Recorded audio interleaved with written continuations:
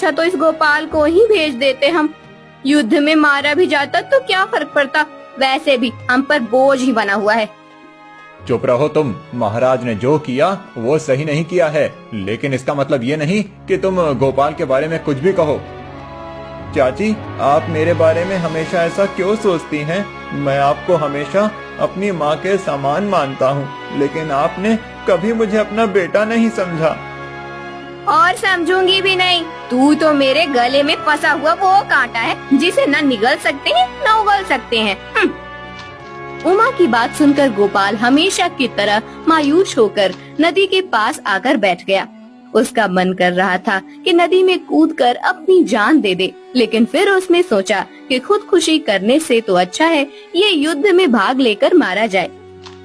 ये सोचकर गोपाल राजधानी में आ गया और दरबार में महाराज बुद्धिवीर के सामने जाकर खड़ा हो गया।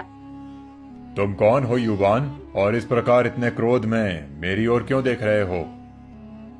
मेरा नाम गोपाल है, सोनपुर ग्राम से आया हूँ। क्षमा करें महाराज, लेकिन आपने झूठ बोलकर प्रजा का विश्वास तोड़ा है।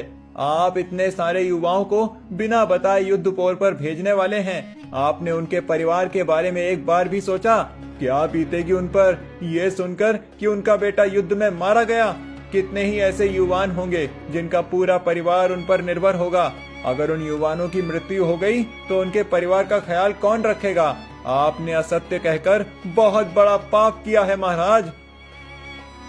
युवान, तुम्हें स्मरण है कि तुम किसके समक्ष होकर बात कर रहे हो? क्या तुम्हें भय नहीं लगता?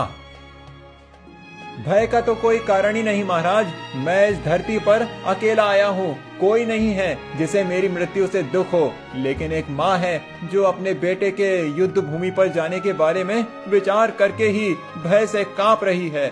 आप कृपया करके उस युवान को पुनः वापस भेज दें और उसकी जगह पर मुझे सेना में शामिल कर लें। मैं आपसे हाथ जोड़कर अनुरोध करता हूँ महाराज। गोपाल के ऐसा कहते ही परिहार, मुझे एकांत में इस युवान से वार्तालाप करना है। महाराज की आज्ञा पर सब दरबार छोड़कर बाहर चले गए। फिर गोपाल, तुम्हें लग रहा होगा कि हमारा राज्य कितना निर्दयी है।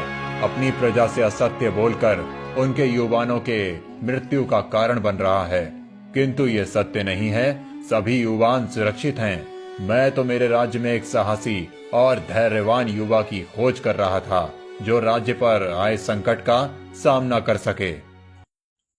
कैसा संकट महाराज? हमारे राज्य की दक्षिण सीमा पर एक असुर ने आतंक फैला रखा है।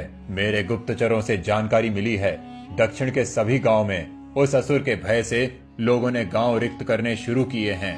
प्रजा दूसरे राज्य में जाकर आश्रय ले रही है। प्रजा में अफरा तफरी मची हुई है। इसीलिए मैं चाहता हूँ कि कोई साहसी वीर जाकर उस असुर के भय से सबको मुक्त करे। महाराज से आदेश लेकर गोपाल दक्षिण की ओर जाने लगा। रास्ते में उसे वही ऋषिवीर मिले जिन्होंने उसे तकदीर वाला कहा था।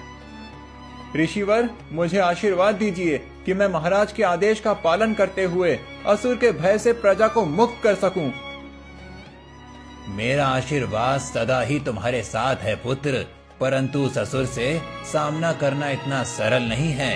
वो असुर बहुत शक्तिशाली है। तुम अगर उसके गले में पहनी हुई माला निकाल पाओ तो उसे मारना आसान हो जाएगा। उस माला में ही उसकी सारी शक्ति बसी हुई है। गोपाल ऋषिवर की बात मानकर आगे जाने लगा। वो जब दक्षिण सीमा पर पहुंचा, तब उसने देखा कि असुर गांव के लोगों पर अत्याचार कर रहा था। गोपाल उसके सामने जाकर खड़ा हो गया।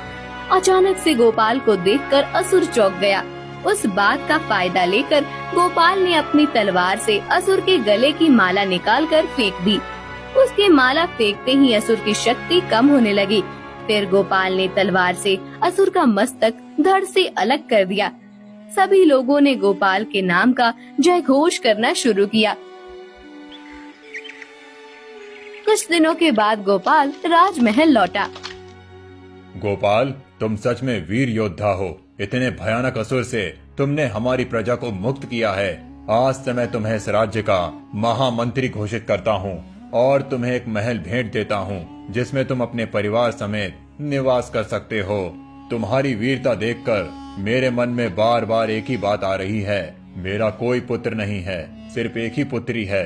मेरे बाद इस राज्य का कोई तो राजा होना चाहिए, लेकिन कुछ राज नियमों के कारण मैं तुम्हें राजा नहीं घोषित कर सकता। इसीलिए मुझे लगता है कि अगर मेरी पुत्री से तुम्हारा विवाह हो जाए तो मेरे जमाई के संबंध से तुम इस राज्य के राजा बन सकते हो। मुझे एक बार अपनी पुत्री से बात करनी होगी। महाराज, मैं बचपन से ही खुद को बदनसीब समझता था, लेकिन कुछ समय पहले मुझे एक ऋषिवर ने बताया था कि मैं सबसे बड़ा तकदीर वाला हूँ और शीघ्र ही मेरा अच्छा समय आने वाला है। आज आपके सम्मान से ये सिद्ध हो गया कि ऋषिवर की बात सत्य थी।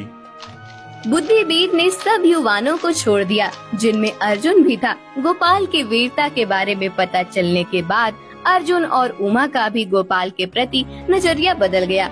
वो अब गोपाल के साथ प्यार से रहने लगे। कुछ दिनों के बाद राजकुमारी ने गोपाल के साथ विवाह करने के लिए हाँ कह दी। दोनों का भव्य विवाह संपन्न हुआ। उमा ने अपने पुत्र और पुत्रवधू का स्वागत किया। सब लोग एक साथ खुशी से रहने लगे। ऋषिवर की बात सच हो गई कि गोपाल सबसे बड़ा तकदीर वाला है।